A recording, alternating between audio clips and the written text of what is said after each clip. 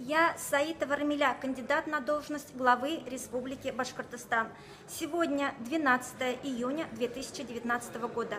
Я пришла на региональную конференцию КПРФ в здание по Фрунзе 40.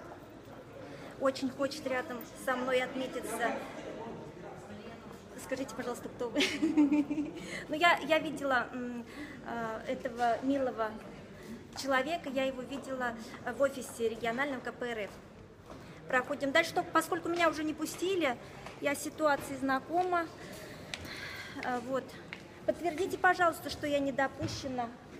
Вот по этим вот спискам я не допущена на У вас нету списков, конференцию и вы не имеете регионального... здесь права вести видеосъемку. Да, пожалуйста, благодарю. вы можете на улице вести. Хорошо. Пожалуйста, хорошо? Да, вот это я и хотела услышать под запись. Благодарю.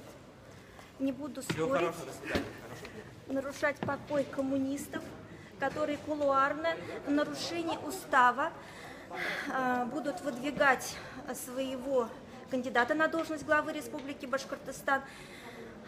Вот эта кулуарность, она создается искусственно руководителем регионального отделения, я думаю, Юниром Кутлугужиным, потому что коммунистам, я думаю, было бы интересно рассмотреть все кандидатуры на должность главы Республики Башкортостан и в соответствии с исключительной компетенцией региональной конференции принять решение о том, кто из представленных выдвиженцев или несколько их принять о том, что они будут участвовать в выборах главы Республики Башкортостан.